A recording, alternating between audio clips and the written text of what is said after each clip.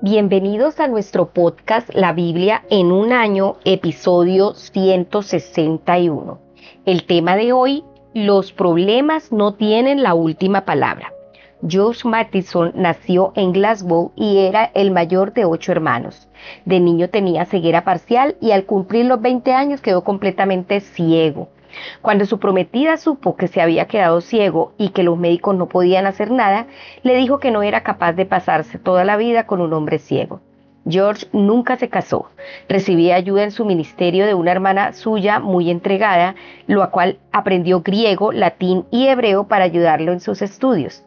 A pesar de su ceguera, Matheson hizo una brillante carrera en la Academia de Glasgow, la Universidad de Glasgow y el Seminario de la Iglesia de Escocia. Cuando tenía 40 años sucedió algo agridulce. Su hermana se casó. No solo significaba que perdería su compañía, sino que también fue un vívido recordatorio de lo roto que estaba su corazón. En medio de su intensa tristeza, la noche anterior a la boda de su hermana, escribió uno de los más populares y amados himnos de la iglesia cristiana. Oh love that will not let me go. Amor, oh amor que no me dejarás. Lo compuso en su totalidad en 5 minutos y nunca lo editó, ni corrigió, ni retocó y declaró: fue algo que me vino de lo alto como un día de primavera. Oh gozo que al venir a mí quitaste todo mi dolor. Tras la tormenta el arco iris vi, y ya el mañana yo lo sé, sin lágrimas será. Los problemas son parte de la vida. Jesús se encontró con ellos, al igual que los apóstoles, David y todo el pueblo de Dios.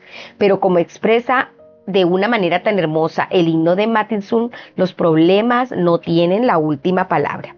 Vamos al primer texto bíblico de hoy y está en Salmos 71, versículos del 19 al 24. Vamos a leer en la PDT, Palabra de Dios para Todos. Salmo 71, verso 19, iniciemos. Dios mío, tu justicia llega hasta el cielo. Has hecho grandes cosas. No hay Dios como tú. Aunque me has hecho pasar por dificultades y malos ratos, me revivirás y me harás volver de las profundidades de la tierra. Acrecentarás mi grandeza y volverás a consolarme. Yo te agradeceré al son del instrumento de salterio por tu fidelidad, Dios mío.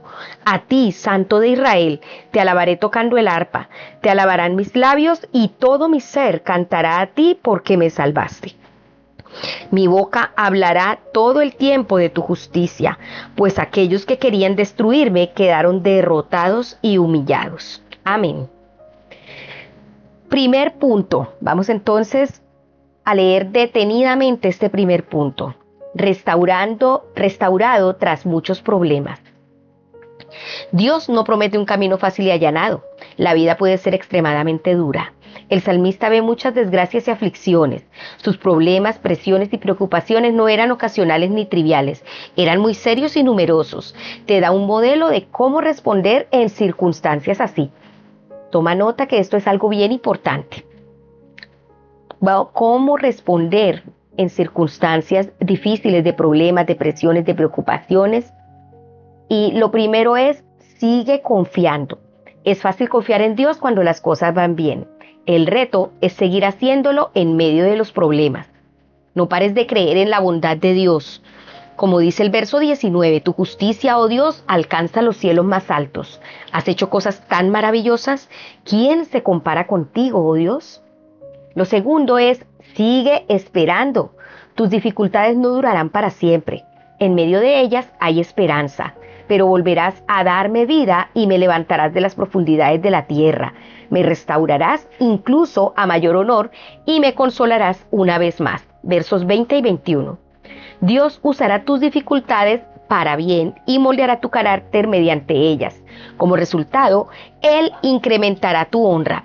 Te confortará en medio de ellas para que tú puedas confortar a otros. Como lo dice 2 Corintios capítulo 1, verso 4.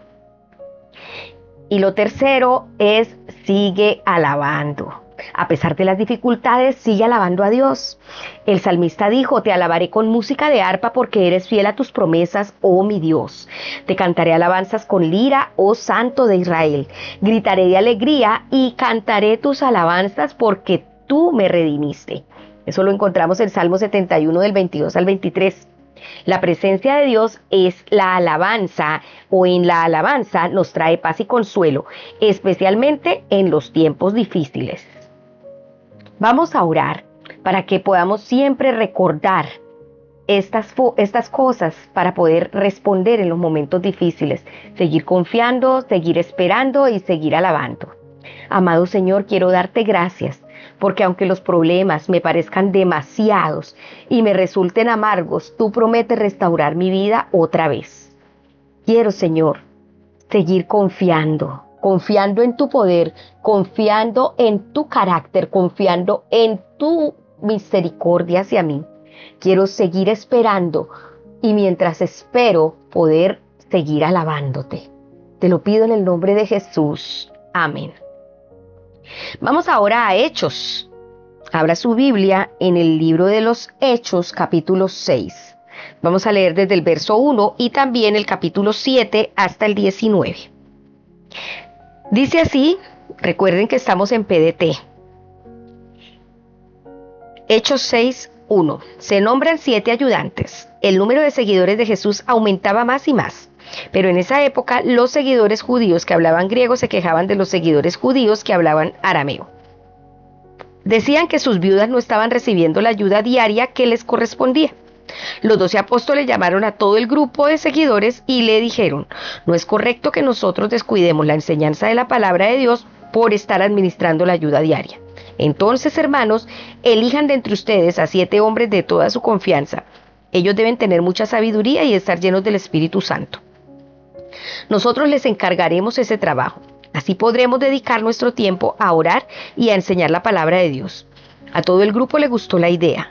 Entonces eligieron a estos 7 hombres: Esteban, hombre de mucha fe y lleno del Espíritu Santo; Felipe, Prócoro, Nicanor, Timón, Parmenas y Nicolás, uno de Antioquía que se había hecho judío. Ellos les presentaron los 7 hombres a los apóstoles, quienes oraron por los recién elegidos y les impusieron las manos. La palabra de Dios se difundía más y más. El grupo de seguidores en Jerusalén crecía muchísimo y hasta un gran número de sacerdotes obedeció el mensaje de fe. Arresto de Esteban. Esteban, lleno del poder y de la bendición de Dios, hacía grandes maravillas y señales milagrosas entre el pueblo. Pero uno de la sinagoga llamada los libertos se oponían a él. Estos judíos eran de Cirene y de Alejandría y se unieron con unos de Cilicia y Asia. Todos ellos empezaron a discutir con Esteban, pero no podían contradecirlo porque él tenía la sabiduría que le daba el Espíritu Santo. Entonces les pagaron a algunos hombres para que dijeran: nosotros lo escuchamos hablando contra Moisés y contra Dios. Así alborotaron al pueblo, a los ancianos líderes y a los maestros de la ley. Le cayeron de repente, lo agarraron y lo llevaron ante el consejo. Presentaron unos testigos falsos contra Esteban que dijeron: este hombre no deja de hablar en contra de este lugar sagrado y en contra de la ley. Nosotros lo escuchamos decir que Jesús de Nazaret destruirá este lugar y cambiará las costumbres de Moisés. Todos los que estaban ahí se fijaron en Esteban y vieron que su cara parecía la de un ángel. Capítulo 7. Discurso de Esteban. El sumo sacerdote le dijo a Esteban: ¿es esto cierto? Esteban respondió: hermanos y padres, escúchenme. Nuestro glorioso Dios se apareció en Mesopotamia a nuestro antepasado Abraham antes de que él viviera en Aram. Dios le dijo: sal de tu tierra, deja a tus familiares y ve al país que yo te voy a mostrar. Abraham se fue a Caldea para vivir en Harán. Después de la muerte de su padre, Abraham fue traído a esta tierra donde ustedes viven ahora. Pero Dios no le dio como herencia ni siquiera 1 metro de esa tierra. Sin embargo, Dios le prometió que les daría toda esta tierra como posesión a él y a sus hijos. Esto pasó antes de que Abraham tuviera hijos. Dios le dijo: tus descendientes serán extranjeros en tierra extraña, esclavizados y maltratados por unos 400 años. Pero yo castigaré a la nación que los haga esclavos. Dios también le dijo: después de esto, tu pueblo saldrá de ese país y me adorará aquí. Dios hizo un pacto con Abraham y la señal de ese pacto fue la circuncisión. Cuando Abraham tuvo un hijo, él lo circuncidó a los 8 días de nacido. El nombre de su hijo era Isaac, quien a su vez también circuncidó a Jacob su hijo. Jacob también hizo lo mismo con sus hijos, quienes se convirtieron a su vez en los 12 patriarcas. Los patriarcas tuvieron envidia de José, lo vendieron como esclavo y fue llevado a Egipto. Pero Dios estaba con José y lo sacó de todos sus problemas. José le caía bien al faraón, rey de Egipto, por toda la sabiduría que Dios le había dado. El faraón nombró a José gobernador de Egipto y del palacio real. En toda la tierra de Egipto y en Canaán hubo una sequía tan fuerte que causó mucha miseria y nuestros antepasados no tenían que comer. Entonces Jacob se enteró que había comida en Egipto y envió a nuestros antepasados allá. Este fue el primer viaje a Egipto. Luego ellos volvieron por segunda vez y José se dio a conocer a sus hermanos. El faraón también se enteró de cuál era la familia de José. Entonces José envió a unos hombres para traer a su papá Jacob hasta Egipto. También trajo a todos sus familiares, 75 en total. Entonces Jacob fue a Egipto y nuestros antepasados vinieron allí hasta que murieron. Más tarde llevaron sus cuerpos a Siquem, los pusieron en la misma tumba de Abraham, la que compró por cierta suma a los hijos de Hamor en Siquem. Cuando la promesa de Dios que Dios le hizo a Abraham estaba por cumplirse, nuestro pueblo ya se había multiplicado muchísimo en Egipto. Entonces llegó al poder en Egipto un rey que no sabía nada de José. Él oprimió con astucia a nuestro pueblo y lo trató con crueldad. Lo obligó a abandonar a sus hijos para que murieran. Bueno, hasta allí en la lectura. Ahora vamos al segundo punto. Rescatado de todos sus problemas. A veces se da la tentación de idealizar la vida de la iglesia primitiva, como si fuera una iglesia perfecta y no tuviera ningún tipo de problemas. Tenemos que leer el cuadro idílico de la iglesia de Hechos 2 con los eventos de Hechos 6 y por supuesto no olvidar todas las dificultades de Pablo descritas en sus epístolas. La iglesia primitiva tenía multitud de problemas. No te sorprendas de ninguno de los problemas, ninguno de los siguientes problemas cuando sucedan en la iglesia actual. El primer problema era las quejas. Los buenos líderes son selectivos a la hora de elegir sus batallas. No se involucran en todo, sino que hacen responsables de todo. Los apóstoles tuvieron que responder una queja justificada consistente en que sus viudas eran desatendidas en la distribución diaria de alimentos. Pero necesitaban concentrarse en una misión principal, dedicándose a la oración y al ministerio de la palabra. La solución consistió, como suele ser el caso, en delegar con efectividad. Los apóstoles resolvieron el problema separando a un grupo de personas para servir las mesas. Eligieron gente que estuvieran llenos del Espíritu y de sabiduría. Como resultado se mantuvieron enfocados y la palabra de Dios se difundía. El número de discípulos se incrementó exponencialmente. Los buenos líderes delegan y liberan a los demás para practicar sus dones recibidos de Dios y ministerios. El segundo problema es la agitación. Un grupo de oponentes agitaron al pueblo y presentaron testigos falsos. Tergiversaron las palabras de Esteban diciendo: este hombre no deja de hablar contra este lugar santo y contra la ley. El tercer problema es miedo al cambio. Parte de la opinión vino desde el miedo al cambio. Decían: le hemos oído decir que ese Jesús de Nazaret destruirá este lugar y cambiará las tradiciones que nos dejó Moisés. Se dieron cuenta de que no podían quitar los ojos de Esteban, cuyo rostro parecía el de un ángel. Mientras hacía su alegato de defensa, en él recitó la historia del pueblo de Dios y citó partes de la historia particularmente relevantes para su propia situación. De José dijo: Dios estaba con él y lo libró de todas sus desgracias. Le dio sabiduría, así como Dios claramente se la estaba dando a Esteban. El rescate de Esteban solo le llegó durante el martirio, cuando vio la gloria de Dios y a Jesús de pie a la derecha de Dios, y fue rescatado para toda la eternidad. Vamos a orar. Amado Señor, enséñame a no desanimarme por los problemas, sino por el contrario, al igual que Esteban, a estar lleno de fe y del Espíritu Santo. Llénese hoy de la fe que proviene del Espíritu. Dígale al Espíritu Santo, pídale hoy que le llene. Aproveche este momento para rogarle que le llene de poder, de ánimo, de motivación, porque es su Espíritu el que nos motiva y nos quita todo desánimo. Oro para que veamos la palabra de Dios diseminada y el número de tus seguidores incrementados más y más cada día. Te lo pedimos, Señor, en el nombre de Cristo Jesús. Amén. Vamos ahora a segundo libro de Samuel, capítulo 15. Vamos a leer desde el verso 13 y también el capítulo 16 hasta el verso 14.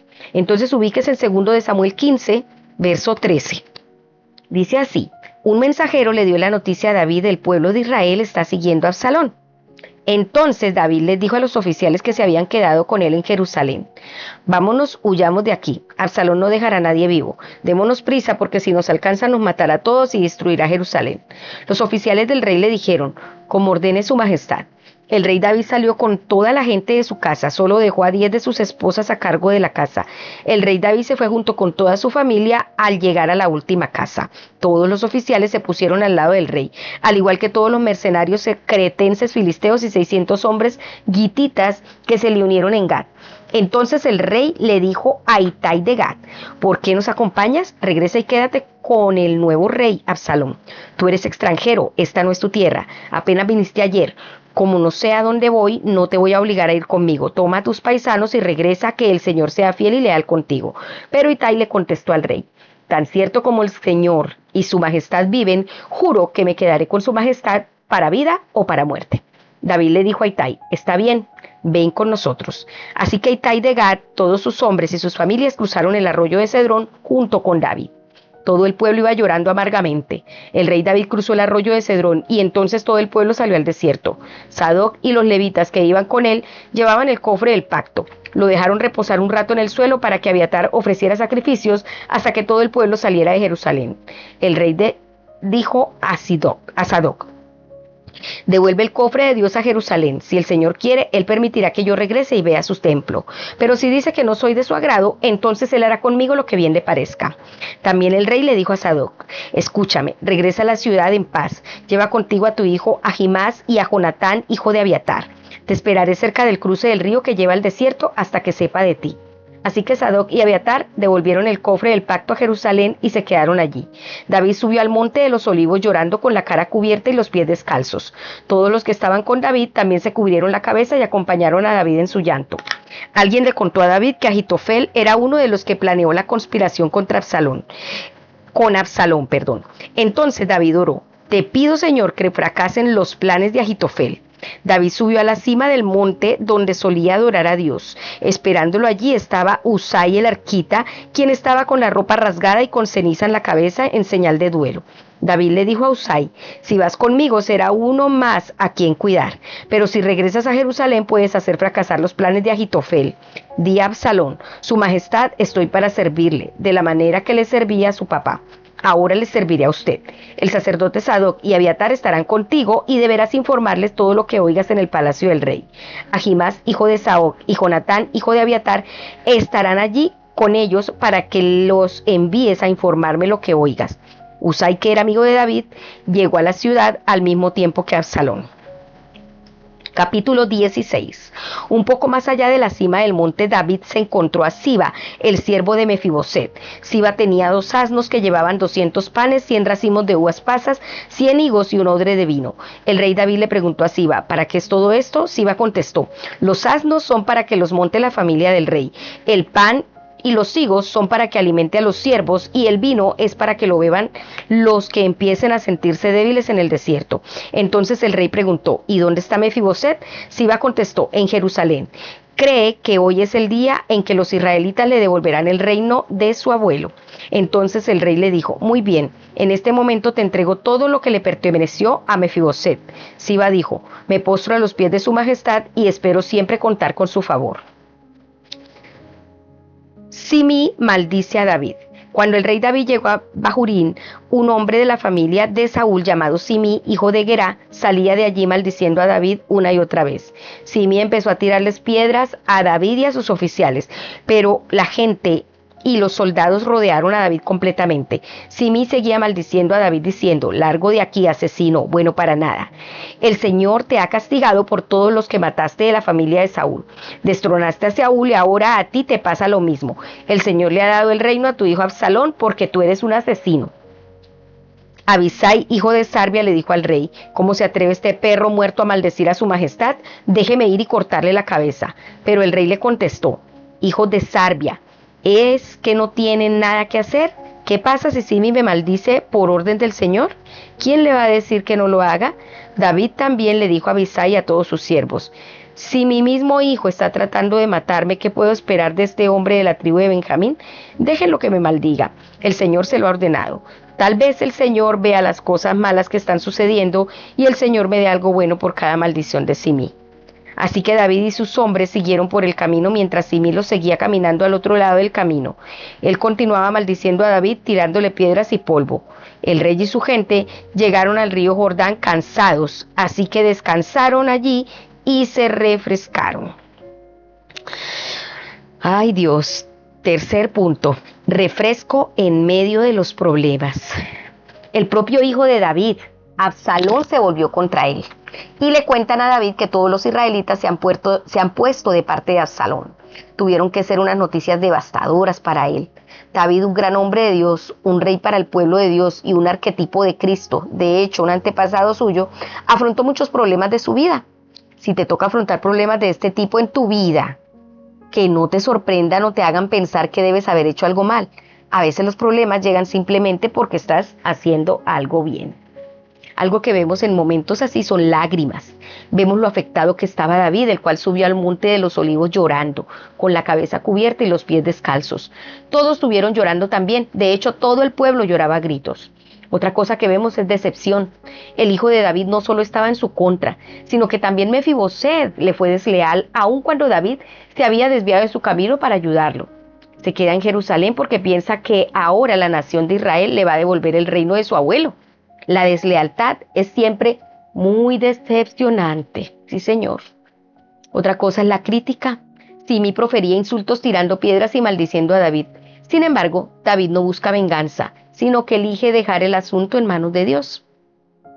También en esos momentos se puede vivir agotamiento. David y quienes lo acompañaron llegaban agotados. Cuando leemos todo lo que tuvo que pasar David, no es de sorprender que estuviera genuinamente agotado. La vida cristiana nunca está exenta de problemas, lágrimas, tristezas y decepciones, pero lo que distingue al pueblo de Dios es su relación con Dios. En medio de sus problemas, David ora así: Señor, haz que fracasen los planes de Ahitofel. Su oración fue contestada, pero no de la manera que esperaba. Ahitofel da un buen consejo, pero es rechazado. Así que Dios responde al espíritu de la oración. En medio de su agotamiento, David descansó. En palabras de la traducción bíblica, el mensaje dice: descansaron y fueron revividos, verso 14. A veces tienes que tomarte un descanso y refrescarte física, espiritual y emocionalmente. No se nos detalla la manera exacta en la que David lo hizo, pero si nos guiamos por los salmos, sabemos que fue mediante su relación íntima con Dios como encontró su reposo. Sin duda, David se refrescó emocionalmente con la lealtad de sus amigos Sadoc, lo vemos en el verso 15, en el capítulo 15, verso 24 en adelante, también con su amigo Usai en el verso 37 y con Siba en el capítulo 16, versos del 1 al 4. También Itai, quienes le manifestaron: donde quiera que su majestad se encuentre, sea para vida o para muerte, allí también estará este servidor tuyo. Vamos a darle gracias a nuestro amado Dios también por esas situaciones que a veces son muy difíciles, pero también sabemos que tenemos el refresco de la presencia de Dios en medio de los problemas. Vamos a orar. Y si estás pasando por alguna situación, sea de decepción, o sea de agotamiento, de crítica, de lágrimas, dígale al Señor: Señor, hoy te entrego esta situación, entréguele esta situación al Señor. Refresquese en su presencia, descanse en Él. Aprovecha este tiempo para clamarle a Él que le dé su presencia, que le llene de su paz. Gracias, Señor, porque no hay problema que depare esta vida del que no me rescates. En última instancia, con la vida eterna en tu presencia. Gracias, Señor, porque me das vida eterna, porque me rescatas. Gracias porque en medio de mis problemas puedo orar y refrescarme en tu presencia. Gracias, Señor, porque en medio de las dificultades tú también me muestras tu fiel amor y nos muestras personas que también están cerca a nosotros, ayudándonos, que son ese refresco para nuestra alma. Gracias, mi Dios. En el nombre de Cristo Jesús. Amén. La pastora Pipa añade este comentario: y toma Salmo 71:24 que dice: mi lengua dirá a todas horas que tú eres justo. Hace 4 años escribí lo siguiente, dice ella: he tratado de hablar con Dios de camino a la oficina de correos sobre las impresionantes cosas que Él ha hecho. Empecé bien, pero luego me distraje. Y aún estoy trabajando en lo de a todas horas. Y este año todavía no lo hago mejor, dice ella. Es necesario cada día ponernos las pilas para mejorar en nuestra relación con Dios de a todas horas, porque recordemos que los problemas no tienen la última palabra. Recordemos que la última palabra la tiene el Señor. Recuerden que este devocional fue escrito por el pastor Nicky Gumbel de la iglesia HTV en Londres y la voz de este podcast es de Marisol Rojas. Que el Señor les bendiga.